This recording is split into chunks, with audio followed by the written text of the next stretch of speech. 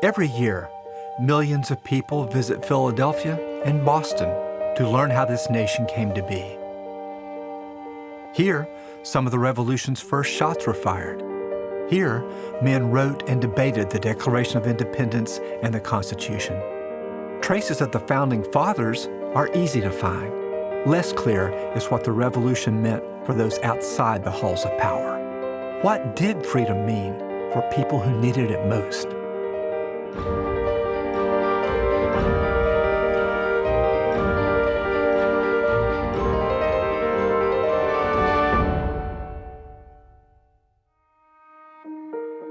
In the 1760s, the British colonies in North America were steadily pushing westward.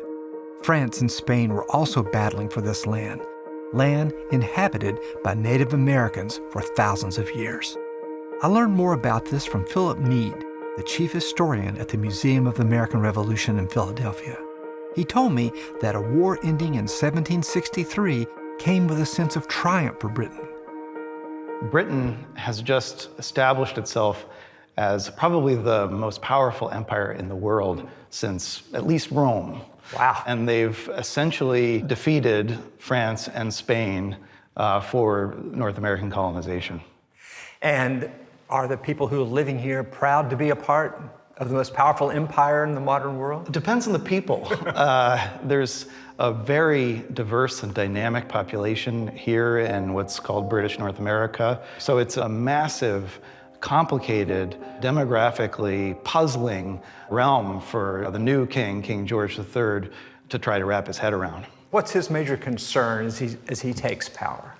Well, the West is probably the biggest challenge. On the one side, he's got the Old English colonists, as they're known, and many of those people were promised lands in the West in exchange for their service in the last war. Meanwhile, many of the native people feel they've been guaranteed their sovereignty and their control over their traditional lands. So you've got these demands for expansion from the Old English settlers, the demands for sovereignty and security from the native peoples. What happens? Well, he decides that he's just going to draw a line. They actually commit 10,000 British troops, which Parliament tries to argue is for the benefit of the colonists as well. Protecting them from the indigenous people. Right. And so they argue the colonists should be responsible for that. Members of Parliament told the colonists that if they wanted protection from Native Americans in the West, they would have to pay for it through a stamp tax. Now, local legislative assemblies had long governed affairs in the colonies, so they found the tax an affront to their authority. Colonists protested, forcing the repeal of the stamp tax, but new taxes followed. The king ruled the colonies, but the revolutionaries began appealing to a higher authority, to the laws of nature. They claimed that as human beings, they were born with liberties that no crown and no parliament could take away. Once you open that bottle and let that genie out, there's no one who's not included. Your rights are not based on what you own or who you are or how you were born, but they're inherent in nature. So this really does start to change the world. The appeal to natural rights galvanized resistance to the king, but the colonies weren't natural partners. They had been founded at different times for different reasons. People in South Carolina and people in Massachusetts often thought very differently about what American liberty might mean. The Revolution struggled to overcome disunity right from the start. I learned that the lack of consensus then presents a puzzle for Phil and his colleagues today. The American Revolution is more than a war. It's a transformation in the way Americans think. What we truly try to bring out in this museum is that there's more than one revolution happening in revolutionary America. It sounds increasingly unlikely that something called the United States of America is going to emerge out of all this, doesn't it? And most of the revolutionaries were kind of surprised. I mean, John Adams said it was amazing. It was like making 13 clocks strike at once. While clocks struck in Philadelphia, Native American nations looked warily at this new nation arising in their midst. At the North American Indian Center of Boston, I met Darren Bonaparte. Darren is the Tribal Historic Preservation Officer for the St. Regis Mohawk. He visits schools to teach students what the Revolution meant for the Mohawk. Darren told me what his ancestors expected from the British after allying with them during an earlier war. Well, this is what we call the wolf belt because of the animal emblems on it, but it's really an example of the covenant chain of peace and friendship that the Iroquois shared with Great Britain. Is this considered a legal document? Well, to us it is because there were a lot of promises that were made, and then when the American Revolution began to rumble in the distance, both the British and the Americans said, stay out of it. But in due time, we were drawn into it. As war closed in around them, the Mohawks took up arms as allies of the British. Not all Native Americans made this choice, but many who lived along the western frontier did, fighting to safeguard the border that separated the colonists from indigenous land. When war ended in American victory, Mohawk land was more vulnerable than ever.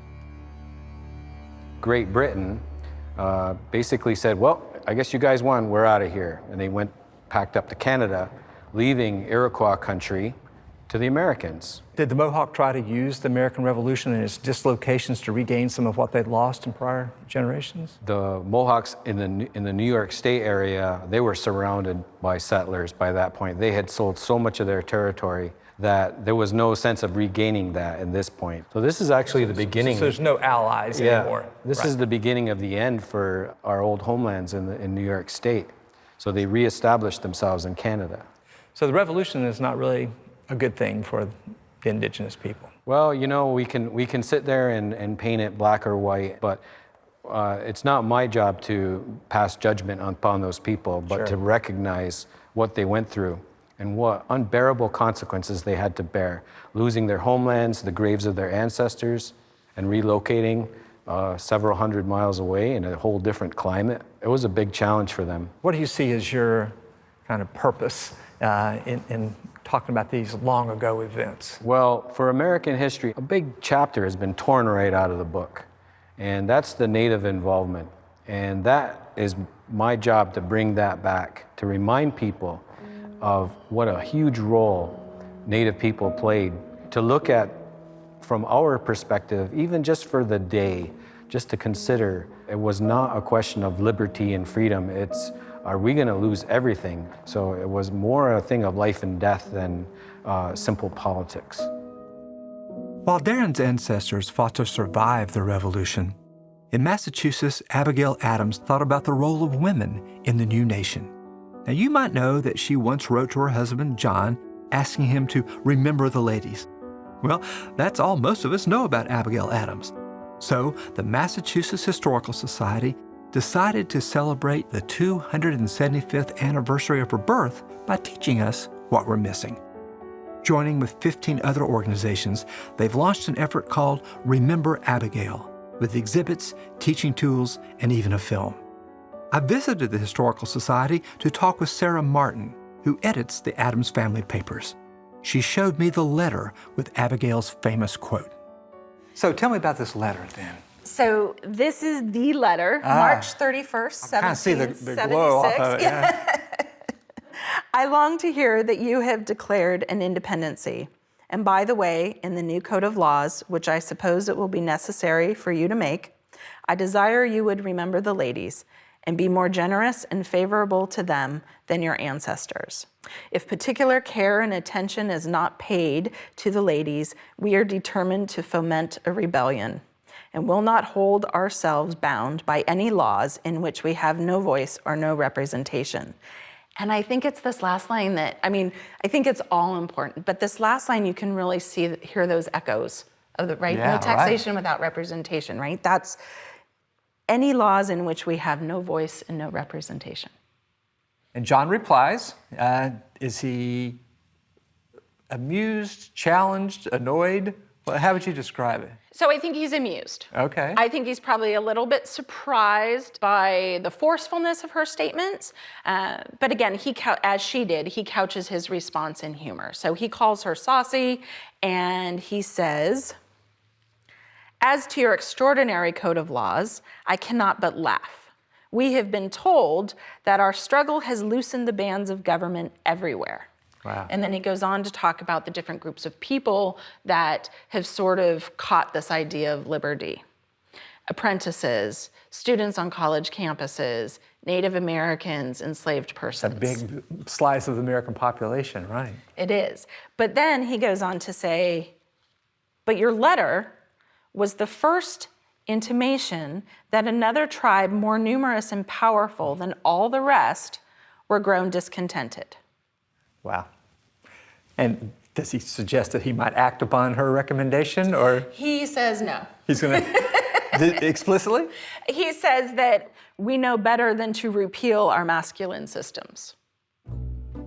But he softens it a bit, say, well, you know that you hold the power, right? That you know that women really hold the power, but no, we would be silly to repeal our masculine systems. After Abigail read John's reply, she was frustrated. She needed to share with someone who would understand. She reached out to Mercy Otis Warren, a writer and a trusted friend. She and Mercy exchange political ideas through their correspondence. And so it's natural for Abigail to turn to Mercy Otis Warren to sort of voice her annoyance with her husband. She says, he is very saucy to me in return for a list of grievances, of female grievances, which I sent to him, right? Yeah. I think I will get you to join me in a petition to Congress, right? And unfortunately, we don't have a reply from Mercy Otis Warren because we know that they saw each other. I see. So I like to believe that now she has voiced her frustrations to her friend Mercy, she feels like she can take it back up with John. And so here we have a letter dated May 7th, and she says, I cannot say that I think you very generous to the ladies. For whilst you are proclaiming peace and goodwill to men, emancipating all nations, you insist upon retaining an absolute power over wives. But you must remember that arbitrary power is like most other things, which are very hard, very liable to be broken. So it's striking that even though this letter did not end in an actual concrete achievement, that we remember the ladies. Why is that? I mean, how did that get stuck in the American consciousness in such a way that we're still talking about it all these generations later? I think it's because the words resonate so much, right? I think coming back to that idea that, I hope you would remember the ladies in the new code of laws and be more generous to them than your ancestors, right? As women, and again, you can extrapolate that to other groups who still struggle for recognition, for equal recognition under the law. Right. You can read Abigail's words, and if you are a woman, you can see yourself within the argument she's making. 240 some odd years ago, she's talking about women's place in society. Right. And those are questions that Americans still ask. And so you can read these words and you can identify. Right from the start, the many revolutions in British North America were questioning all sorts of expectations, from long-standing alliances between Native Americans and Great Britain, to the role of women in the new nation, to the contradiction of fighting for liberty in a land where nearly 20% of the population was enslaved. I visited a place where this history took another remarkable turn, the Royal House and slave quarters in Medford, Massachusetts. Once the estate of Isaac Royal, who had grown rich from running a plantation in Antigua, it's now remembered for its full history. The site preserves the only known, freestanding, former dwelling for enslaved people in the North. It's a small building where dozens of people lived. I met Penny Outlaw, a board member and tour guide there, to learn what inspires her work. So there's a reason that this building is here to tell this story. What do you want people to know when they come to this place? I want them to know that there was slavery in Massachusetts. I want them to get a sense of the two different lives that were lived here, the lives that were lived by the members of the royal family in contrast to the lives that were lived by the enslaved people. And I also want them to know the story of Belinda Sutton, who was a woman who was enslaved here. Belinda lived here her whole life, and the reason that she appears in history, which is very atypical for anybody of color for any reason that's not notorious, is because she sues for her pension. Isaac Royal Jr. flees to England on the eve of the Revolutionary War. He ends up dying in England, but he leaves a will. In the will, he gives Belinda the choice of remaining enslaved and being owned by his daughter, or she can select freedom and get an annual pension, a very small pension, about £2 sterling. She finds this out but does not receive the money. So she gets a lawyer and she petitions the legislature for her money, but she does it in the form of a memoir. So when you read what's known as Belinda's petition, it basically tells her life story. She talks about being captured and enslaved in Africa, being brought to the Caribbean, coming to be enslaved by Isaac Royal, and then moving with the royal family from the Caribbean, from Antigua specifically, to Massachusetts. So her life has really paralleled their lives. So when she sues, she's saying, you know, this was in the will, I should get this pension. She wins. Belinda Sutton received her pension, but for only 1 year. She sued a second time, then a third, demanding what the law had promised her. She continued fighting for the remainder of her life. Why have you worked so hard to maintain a place for people to see this? I think it's very powerful, and I think in some ways it's more powerful than just reading. I mean, this is the old saying that a picture's worth 1,000 words. So is a visit. Yeah. And it really brings it home. So we can understand why people want to teach our children inspiring stories, right? And have kind of a cleaned up past, but your sense is we're not doing them a service by cleaning up the past. Or we're not doing them a service by what we think is inspiring. Oh, that's good. More fundamentally. I think this story is very inspiring. Belinda's story is amazing that she got a lawyer and she actually sued for that annuity, given her status in that colonial society. I find, and a lot of people really react to that when I get to that part of the story. Across town, another story has captured the imaginations of visitors learning about Boston's revolutionary past. I met a playwright, Patrick Gaybridge, who's introducing audiences to unfamiliar characters, Cato and Dolly. For a whole summer, Patrick's play went on stage every day, but not at a traditional theater. So we are in the old State House in Boston, sitting right in front of the door to the Hancock Mansion. So we've done a couple plays here that are looking at the human side of the American Revolution. This door is just a bunch of wood all joined together. Bought by Master Thomas Hancock for his house long before he bought me. The Hancocks may never even touch this door.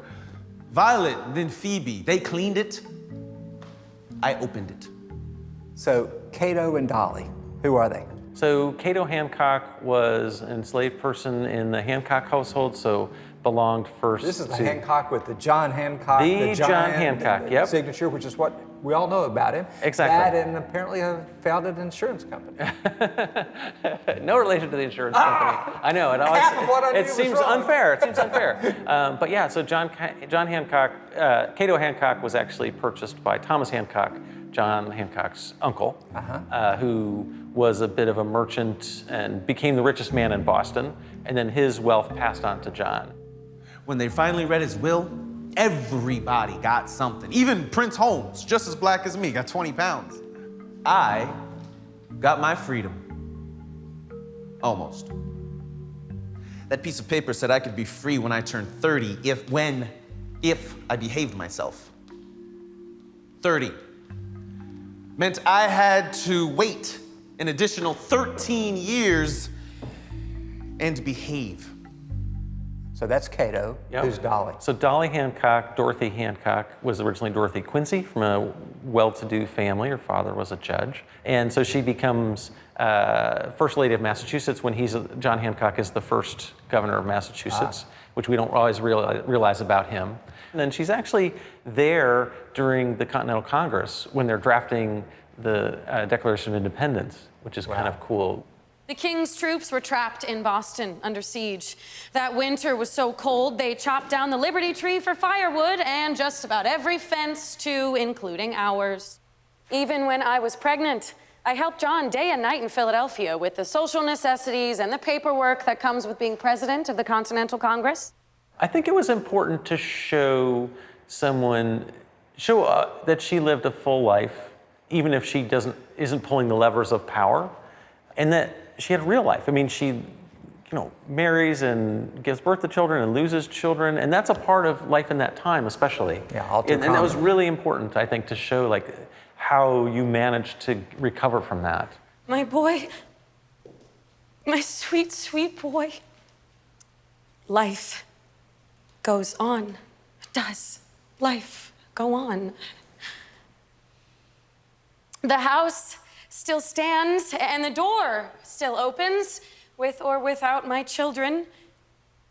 Do you think that people are more inclined to connect with a play about the past if it's set in a place that's obviously from the past? Yes, I think there's no doubt that being in this place helps people feel a little more grounded. And it's kind of a cool thing about doing stuff in historic sites or museums is that there's already context surrounding it. So I don't feel obligated to have to give people every bit of historical detail or information. There's a whole museum around me that can do that. All this wainscoting makes me believe that I could be in Exactly. Dolly's living room. Exactly. Right? So our job is to get people engaged. We want to get people engaged with who these people are and this tiny bit of history as human beings. And then when we see the humanity of those people, I think it helps us a lot, because when we look at our own time, sometimes we look back and we think, oh, well, those people were able to solve these problems. Why are we so messed up? It was a simpler time. No, it wasn't. No. If it's got people in it, it's never simpler. We don't know the historical moment we're in. We're trying to make sense of it just like they were. They didn't know and we don't know. So it's okay to feel unsettled in times of turmoil because they felt the same way and they survived, and we'll find a way. After the Revolutionary War, after difficult debate over the Constitution and a long effort to ratify it, still, some of the Revolution's key questions were unanswered. In Boston, free Black Americans did what they had done for years before the Revolution. They organized, built community, and built institutions. I visited one of those institutions, the African Meeting House, the oldest African American church building in the country. In 1798, Black parents in Boston organized a school for their children, first in a private home and then in the basement of this church. I met Lamerchi Frazier, the director of education there. This is the room that children up to 200 in number were educated in by 1808. So that's really early to be starting education. I mean, that's right after the nation is founded. Would all the kids have been of African descent? The children here were of African descent because after the Revolutionary War, where there had been Black participation, the parents of the community who were building and buying land to establish their community here in Beacon Hill decided that one of the primary goals was to educate their children. And so they petitioned the Massachusetts legislature, 1787, and other petitions that specifically requested funds for beginning a school. This did not happen. And so with their own monies, they funded their school, they asked for donations from others, but by and large, they were paying tuition for their children to attend this school. Free African Americans in the 19th century had few types of jobs open to them, and wages were low. But Black parents in Boston made education a priority, a way to transform the world they knew. What this school room represents is the might of a community to take care of itself and its educational needs. But they, in this school, did not only learn the rudiments of reading, writing, and languages, and ciphering and mathematics, they also learned about being abolitionists and caring beyond their education as a privilege. They looked at freedom, the freedom of reading and writing as a tool to advance not only themselves, but to share with others, to understand what their thoughts meant in the time of the founding of America. As children learn reading, writing, and democracy downstairs, upstairs in the African meeting house, Black Bostonians worshiped and helped to spark the anti-slavery movement. This place is one of the many where Americans took the founders at their words. All men are created equal. At the African meeting house, this wasn't a distant dream. It was a call to action. Across the new United States, African Americans, women, and Native Americans worked to make equality real in their lives. That struggle endures. But you can see in Boston, in Philadelphia, generations of Americans have found the promise of liberty too inspiring to abandon.